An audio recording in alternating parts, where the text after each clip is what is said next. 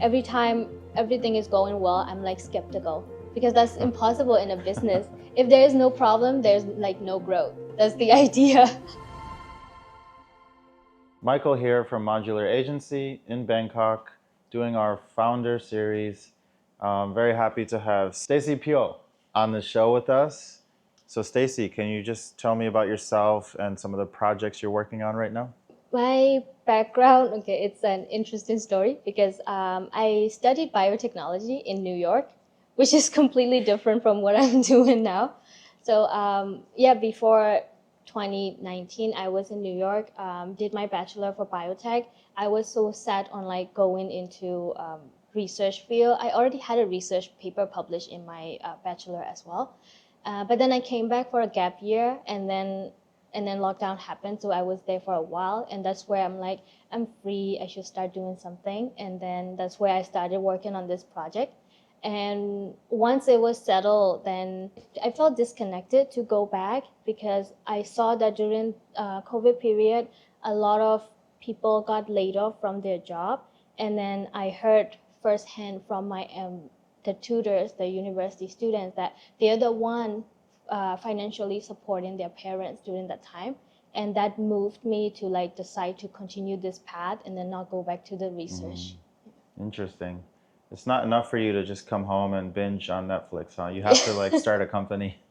Yeah, I mean, if you go to university and college, like in New York, then like in US in general, it's very intensive. You're always like on the go from like 6 a.m. until like 10 p.m. So once you're used to that, like the schedule, and when you're back and not doing anything, you feel guilty. Somehow I don't feel guilty. I can just go to the beach and chill. But no, I do know what you're talking about. A lot of Yeah. entrepreneurs seem like they're just not that interested in vacation. They want to build, like keep building all the time. Yeah. I am mainly involved in education at tech industry. So back in 2019, that's where I started my first startup. It's in like language tutoring service. It's all online. It was based in Myanmar. So at that time, like online learning wasn't really big there. But then a few months after we launched, COVID lockdown happened, and then that's where everyone started to get online, and we were already there, so it's like a first mover advantage for us. So that helped us like grow really fast from there. So that was my first startup, and I'm still actively running that, and we like expanded to Thailand market last year. So we have a branch here. We have a few other languages we added, but now I'm on my second venture, which is more into the operation system for the tutoring services. So the tutoring services, is this a very straightforward like online tutoring? Yeah, Like you match the tutor with the student and then they set up okay. So schedule? the business model is not necessarily a marketplace because marketplace is really difficult to do. So what we do is we sell as a course package to the students, but internally we try to have our tutors and then match them. So at that time you were focusing on like Myanmar students who wanted to learn English? Yes. At that time, the country was actually developing, and then there were a lot of like foreign companies coming in, setting up their business offices. So there is like a huge demand for English language skills for the workforce. So that was our main target. So, and it was like the product market fit in a way that we only targeted the working professionals because they don't have time to go to classes, like arrange their time schedule, commute, all of that were like hustle for them. So that's where we come in like, okay, you can book a class online anytime you want, which fits your schedule. Yeah. And then how did you find teachers if English was in such high demand? So at that time, our teachers, that was main thing for our business model as well. We were not going after like experienced teachers. We try to match these students, working professional, with the university students. So in a way that we're also providing like work opportunity for the university students because during the lockdown, all the universities were closed for like a long time. And then these university students had nothing else to do and they didn't know what to do aside from academics. So they get a chance to actually start working, building their resume through us, and also bring some income to their home as well. Cool. So you help two sides to meet each other and then everybody benefits. Yes. They just needed to have a certain level of English, right? They didn't need to be native. Yes, and academic side, that's why we couldn't do the marketplace model because we need to make sure the quality of the lesson. So the academic side is strictly monitored by our team. We have these professional academic manager providing the curriculum to reference for both the tutor and the students. That's why we were able to work with a lot of university students. So even though they don't have a lot of experience, as long as they follow our guideline, they can still give the quality education. And so you had like this quality control process where they would check their English. Yes. Cool. You make it sound so easy, like, oh, I just match the students and then, the learners and then done and then, finish work at 3 p.m. But what were the challenges in matching these two people together or these two groups of people together? There's always challenges from the beginning until at this point, even though we have over like 30,000 students, we still have a lot of 30,000 students yeah in Myanmar or around where? across Southeast Asia by now. Wow, good job. Yeah, thanks. But there's still always challenges in the beginning. I think compared to like the Western side, they're more like actively adopting the new technology. But with Southeast Asia market, you can't just like bring in an app and then like expect that they will just download and use it. So that's the key thing we had to adapt a lot when we started. We had to always like make sure where the customers are. So like in terms of marketing, right? Ideally it would be like just do a website and then run some ads like Google ads or SEO optimization and then it will work. But that's not how it works in Southeast Asia. So that's where we're like, okay, most of our customers are active on social media. So we had to solely focus on like Facebook marketing. And the way we get leads is also just like through Facebook Messenger. We couldn't go to like, oh, fill this form. And then they're like, what form? How do I fill it? How do I get to that? So it's like very difficult to handle. So we had to go through like everything that they're already using. And for like customer service messaging app, we had to use like Fiverr. I'm not sure if you have heard of. Yeah, it's a very Southeast Asian thing as well. So like the messaging app they're comfortable with. So we had to go. We cannot just like develop a platform. So we had to just use all of the existing one they're already on and kind of just like combine all of them to bring the program together. And I remember in the beginning, we even had to do like a how to use Zoom tutorial before we can actually give classes to them. So I think it's really important to understand the customers and their background so that you can like adapt to them as well. Can we talk about your financials? Sure. Like what was the revenue for this business in, let's say, last year? Annually, we do like 6 figures in dollar, but it would be like the lower below 500 6 figures. Yeah. And in this part of the world, I mean, that's massive. Yeah. Yeah, that's great. So, and how big is your team? Full time, we have around 25, but tutors, we have over 100 active monthly, but in the database, it's like over 300. And what's your role in this business? Are you like the operations lead or more just like higher up leadership role? I'm more now. I just take the strategic role. So I have the team. So in the branch in Myanmar, we have the business development head and operation head handling everything. And here in Thailand as well, there's like those in all doing the executions. And I only do like a monthly check-in and quarterly direction strategy. That's all. Yeah, that's like a dream boss. Like you're just hands off. Yeah. That's But cool. it took like 5 years to get to this. So the first 5 years, I was like all hands on deck. Right. I have to be like in the office every day before anyone come in, or like do online meetings, or like until 12 a.m. like things like that. So tell me about Tutearn. Tutearn was born from my first startup. So in my first startup, we needed the tutoring management system because monthly active, we have like 600 to 1,000 students and we have like over 100 tutors. So we can manually manage everything. So we were starting to build the operation system for that. But then I just started talking to people in my network, like people in education in my network, what they struggle with on daily basis with their business. And then I mentioned like, oh, I'm developing this. And then I started seeing interest from them. They're like, okay, if you have that, we would love to use that too. So that's where I'm like, okay, I already have it, might as well make it into a SaaS and then like sell to these customers, so it can also make their lives easier as well. So that's where it was born. Cool. So you just wanted to solve your own problem. You wanted to organize your tutoring business better. Yeah. And then you realize every tutoring business needs this. And it's not just tutoring, actually, like most of the training centers, anything that's not like the formal education system, because I feel like that's where the gap is. So for the formal education system, there's so many LMS that's out there, but for some reason, LMS? learning management systems. Oh. So yeah, so the operation apps for the schools. So the formal schools, there's a lot of options, but the tutoring and like non-formal training part, that's where most of the, I guess the market is overlooking. So that's where I come in, because this is my background and I see that there is a need for that. And what is the key feature that makes everyone's life easier on Tutearn? It's mainly the scheduler app. There's a lot of like scheduling apps out there, but they mainly focus on like someone managing the schedule themselves, not like an admin or tech support trying to manage the schedule of the two parties. So we are in that like centralized system for the schools.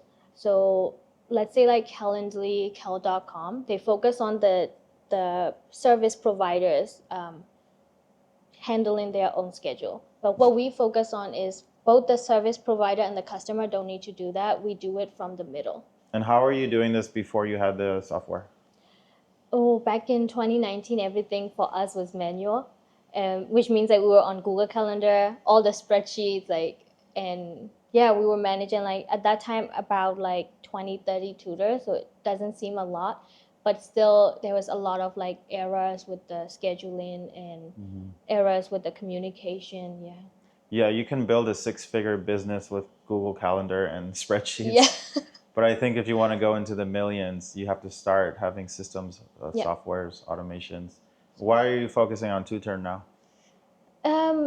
I see that, well, I think like after running a service business, I see that like for the service business, you always need to be the one spinning the wheel.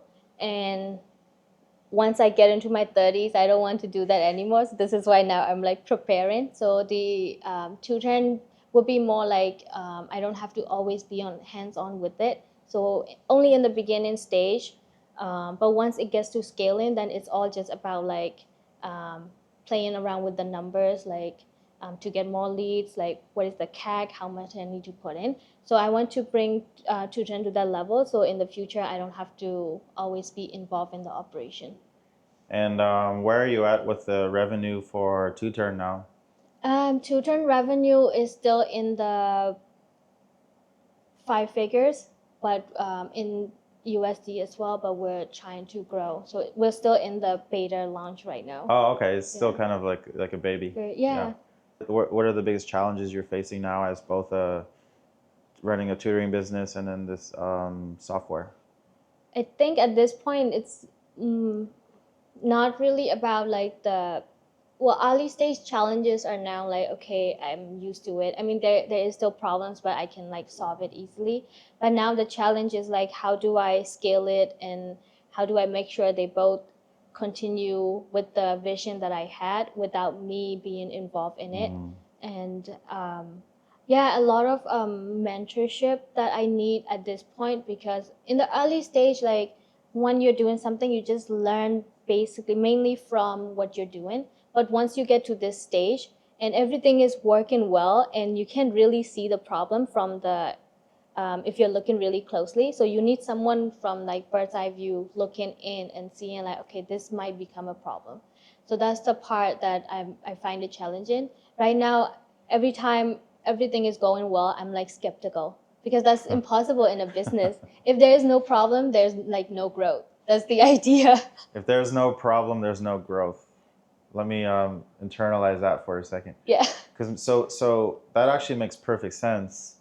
Although we stress as business owners, we stress about all the different things happening that are going wrong.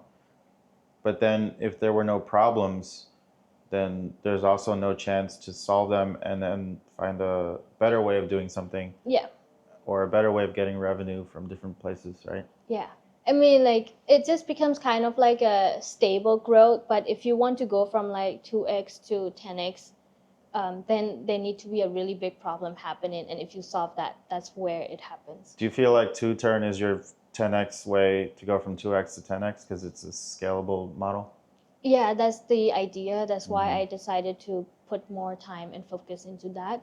And the market gap, again, is mainly in Southeast Asia because these type of tutoring apps exist in the West, but they cannot accommodate to the demands of the Southeast Asian market. And that's where my expertise is.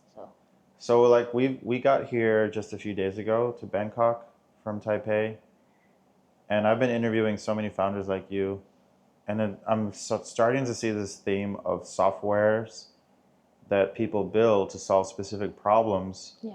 that already exist in the West, but it's like this is fresh out here. Yeah. And do you feel like this is a really big opportunity for Southeast Asia to just come in and develop very specific softwares for this region? Yes, it's like the Grab for Uber type of thing, right? But then to come in and develop, I would say like it's easier as a Southeast Asian to be doing that compared to like someone from the West coming in like, okay, we did this, we're gonna copy paste it here. Uber tried to do that here and didn't work. It's because of you have to understand, especially in Southeast Asia, I believe the cultural nuances can be like very tricky to navigate. And that's where like we as the people from Southeast Asia, we understand those really well. We understand how to reach to the customer, the cultural, the customer behavior that's like connected to the culture as well. And then because we have lived our life here, we know where to get what, and the access to the resources comes in very handy as well. Let's say like someone from the West coming in and developing an app, they would have to they would have the resources in the West, which might be a bit more expensive compared to us. We have access to the resources here. For me, like from Myanmar, we have a lot of tech experts, and the resources can be a lot more cost effective to develop. That's why when we provide a service, we can provide at a more affordable cost as well. I guess what's the biggest challenge for people from the West who think they can come here, build a software, grab the whole market? I think it's the customer, like understanding the customer behavior. I believe most, I don't have a specific scenario, but whenever I talk to people who like from the West, like 2, 3 X's entrepreneurs coming in, they always try to find like a local partner to work together with. It helps them like reduce the number of mistakes they make before they can actually grow the business. I'm not saying they cannot do it because everyone has enough experience, and if they keep pushing, they can. But it's always easier and faster to have a local partner who understand the customer behavior. So you don't take time like 6 months to 1 year to learn the customer behavior before launching something. Yeah, that makes perfect sense. There's no way we can pretend to understand the customer behavior in Southeast Asia. It's a totally different culture and economics and geography. Yeah. What is the key personality trait that your friend saw in you where it was like you're an entrepreneur versus an overachieving Asian foreign student? That's a good question. I think there's an overlap to that as well. But I think, well, actually, my friend visited me last December here, and then he was like, I knew you were always going to be like this successful doing all of this. And then he said, like, I was like, how? Because I didn't see that in college. And he said, because you're always helping us with everything. So, like, in our college, we had to do the internship, like, it's required to graduate. And I was always helping them with their, like, interview process, even though, like, it's a different path. So there's always, like, for me, like, seeing the gap and then, like, okay, if this is the goal, this is what you need to do. So that type of thinking is always in my skill set. So that, I think, comes really handy in entrepreneurship as well. So you see the goal and then you work backwards to reverse engineer every step to get there. Yeah, pretty much, which is like the playbook for all the entrepreneurs as well. So I actually didn't know that. I mean, it's like one of the first times I've heard that as a framework, but it makes perfect sense because I read a lot of business books and they Yeah. all say, yeah, they all have their own methodology, but this is Mm. for me like such a simple framework. Is this how you think about all your businesses that you're working on? Like you have your goal and then you work backwards? Yeah, I think similar to what you said, like in the beginning I didn't notice that's the pattern, but after building like a few, well, I have two main businesses, but on the side I also mentor other like early stage startups. So that's where I started seeing this pattern. Like every time I talk to them, try to guide them, this is always the same pattern that I follow. Mm. And that's where I'm like, okay, maybe I should make it into something more solid that I can use for the future as well. I would like to get into the mindset you have because it sounds like you could just chill, have an easy life if you wanted to. But like, what are the habits, your daily habits that allow you to grow two businesses at the same time? It's a very good question because I never think of this, right? Like every day I'm just doing what I'm doing. So it's good to like sit down and think about why am I doing this? Yeah, because to me, you're like an alien. Like, this doesn't make any sense to me. And you're 27, but there obviously are people like you, a few of them, not many. And I think everybody wants to know, Yeah. what are you doing differently than the rest of us? I think for me, my main motivation is I like the freedom. Like I like the freedom of having my own schedule, having to do when I want to do things, I will do it. But when I don't want to, I can just say no. So I like that freedom. That's why for me, corporate jobs was never a thing, something that is appealing to me because I don't want to be forced to go to office when I don't want to. But did you have a corporate job before? I've only worked in startups. So even before I work on this, it was just like working as a project manager in a startup. So you always knew that corporate life, because a lot of people have to do like, some years in the corporate world and then they realize it, but you were smart enough to know, no, no, I don't want that. Yeah, yeah. Cool. I think I get a little bit of a sense of that while I was in college because I was working as an office admin there as well. So maybe not like a full time, but I still got a sense, and I'm like, hey, this is not for me. So I think my main motivation for doing all of these is the time that I can always choose and I can be in control of what I do and the impact as well. I don't necessarily like answering to other people, which is why both of my startups are bootstrapped. I don't bring in investors because I don't like answering to other people. That's why the way of thinking and the way of doing business is very different for me as well because I always have to worry about the revenue. That's the one keeping the business sustainable. So that's the key thing. And then I make sure we bring in enough cash flow so that I don't have to worry about talking to some investors, bringing in someone, and then having to answer. But that doesn't mean I'm saying like investors are bad because I do have an investor for the Thailand branch. But it's about knowing like what type of business you want to run. For me personally, I'm not into these like Silicon Valley unicorn type of business where you just like bring in the cash flow. I mean, through that fundraising and then getting the valuation up. For me, it's more about bringing the revenue, making it sustainable, and running something long term. That's not just about the cash, but also about the impact of the business. Yeah, because we might not be talking about AI anymore this time next year. It could be like metaverse where we just Yeah. suddenly forgot about that. Yeah. But there will always be a need for English learning. There'll always be a need for like what is this word you just taught me? LM, language management, LMS. Yeah. language management systems, or any kind of management system. Um, so I think when you zoom out and you remove the sexiness from your idea, you have to ask yourself, is there just a universal need for this or not, right? Yeah, that's one thing me and my CTO has been like sitting down and looking into a lot lately because while we're building Tutearn, we don't want to like build something like in 2 or 3 months people don't need anymore. That was really important with the AI boom right now. So we always have to sit down and make sure like, okay, what is the direction?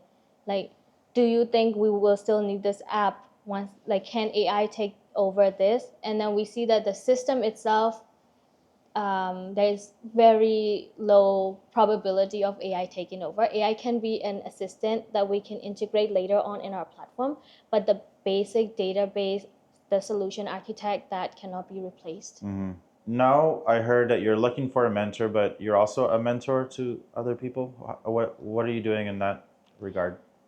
Um, I do enjoy talking to like early stage founders because sometimes, right, like what you said earlier, like when I wake up, how do I just keep doing this, right? So sometimes I feel lack of motivation. So in those times, I like talking to the early stage founders because they're super energetic and they feel like they can achieve everything in the world. I'm Because getting some of that energy right now. I'm like, I gotta do something big. yeah, so it's always good to talk to them and then kind of like get a inspiration from them as well. And also whenever I try to solve their problem, I see that I can solve my own problem in a way as well, because it's like um, most of the business, I feel like it's like same problem, we just solve in different stage. So once I try to see it from a different perspective, then it also helps me get into the mindset for my own business as well. Mm. And yeah, so mentorship, I feel like it's a very important thing for me personally, because I'm not from business background. I just started doing, and there's a lot of mistakes I made, a lot of things to learn. Actually, I was like stagnant in year 3 because I was like doing everything on my own in my own office. I'm not networking, talking to other founders. And after that, I started putting myself out, and from year 4 onwards, that's where like everything grew really fast for me. That's why I understood the importance of mentorship and the community, and which also led me to the nonprofit startup that I have. It's called Women for Women, which is the mentorship platform specifically for women founders, early stage founder in ASEAN countries. Cool. Any final message for young people in their 20s who want to catch up? I mean, people who didn't want to be like me and just party through their 20s and wanted to, start building something. Any advice for them? I wouldn't say advice, but in the beginning, whenever we have something that we want to do, we feel really enthusiastic and positive. That energy is really good, but what I see with the early stage founders is in the beginning they have like a hype of like, okay, we can do everything, and after a few months of getting into a startup, they start building and they start seeing the challenges, and that's where they're like, it's not for me, I gave up. Yeah. So I think like enjoy the ride. Entrepreneurship is a roller coaster. You just have to enjoy the ride, which includes both the highs and the lows. Yeah, that's really good advice. All right, thanks so much, Stacie. Really interesting story. I learned a lot, and want to see how your journey continues. Thank you. Yeah. Really nice talking to you as well. Yeah.